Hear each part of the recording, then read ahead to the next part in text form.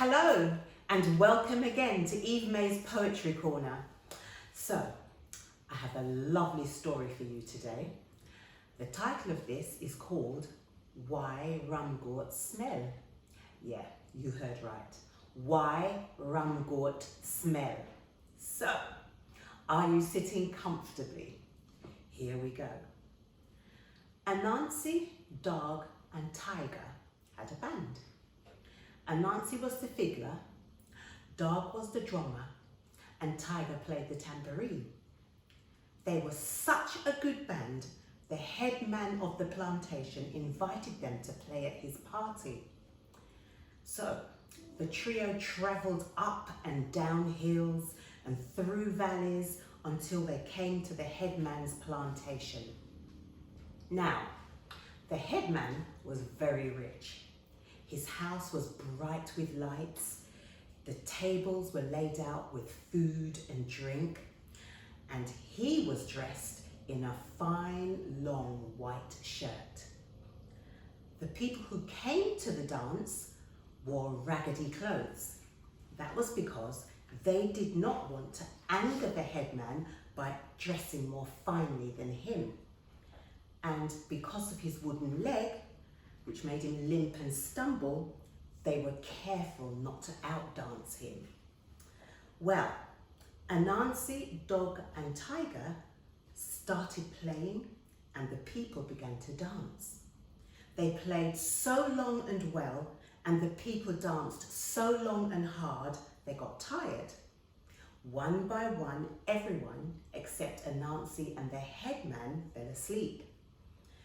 Now, all night as Anansi was playing, in typical Anansi fashion, he had admired the headman's fine long white shirt.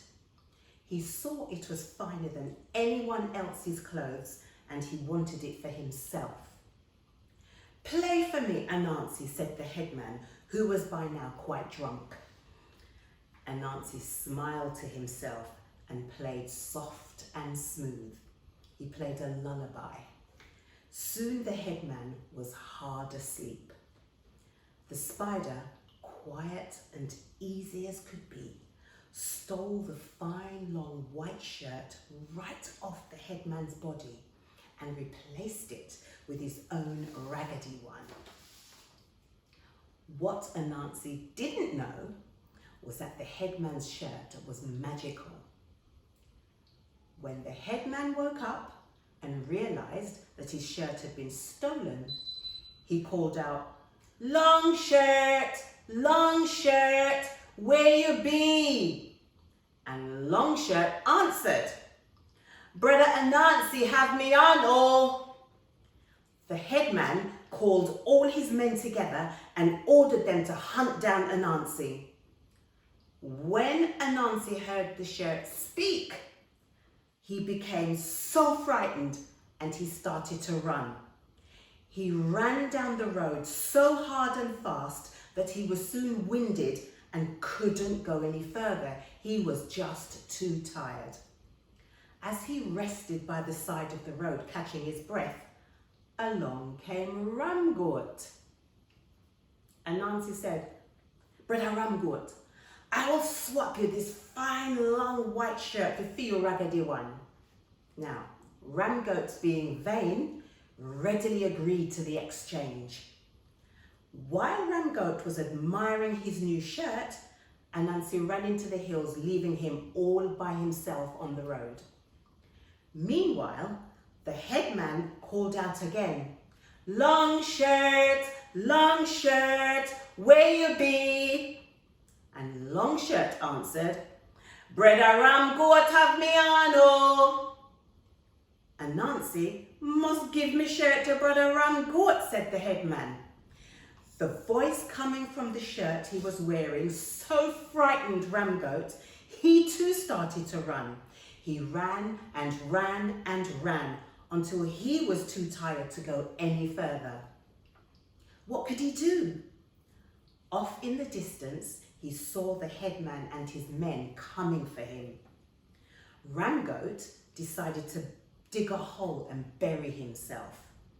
But when he covered himself up, he didn't realise one horn stuck out of the dirt.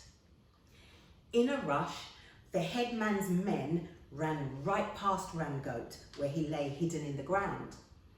But the headman couldn't go as fast because of his wooden leg. As he followed, he tripped over Ramgoat's horn and fell down. The headman thought a stump had tripped him up and got mad. Taking out his machete, he began chopping up the stump so that it would never trip him up again.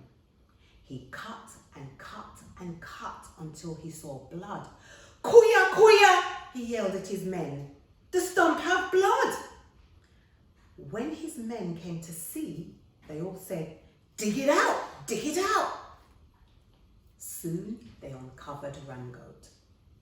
To the headman's delight, there also was his fine long white shirt. Poor Ramgoat was so terrified he pretended to be dead.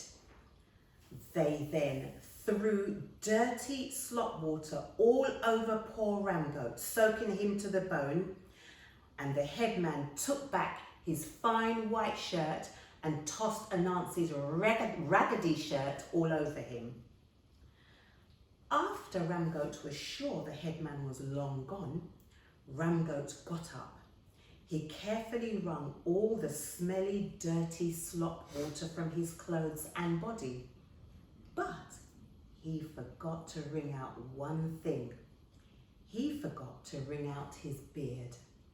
And that is the reason why Ramgoat has such an offensive smell to this day. Jack Mandora, minna choose none.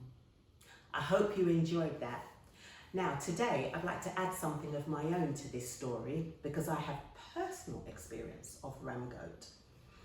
Those of you like me who grew up in the 60s will remember that our parents used to rent every single room in the houses that we lived in because that helped them pay their rent because wages were so low. So likewise, my parents did exactly the same thing.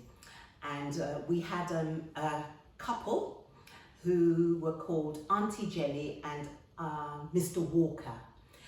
And one day, Auntie Jenny came in from the shops and she came in with this goat head. Yeah, I lie not. Goat head. On the kitchen counter it went, and there it stayed for a couple of days. And let me tell you, my lovely friends, that thing stunk out the whole house. So obviously, being a little girl, not understanding what was going on, I asked, "Why does it stink like that?" And they said, "Because goats urinate on their heads." I don't know what to say to you. So this story is very true. Jack Mandora, minna choose none. See you again. Bye.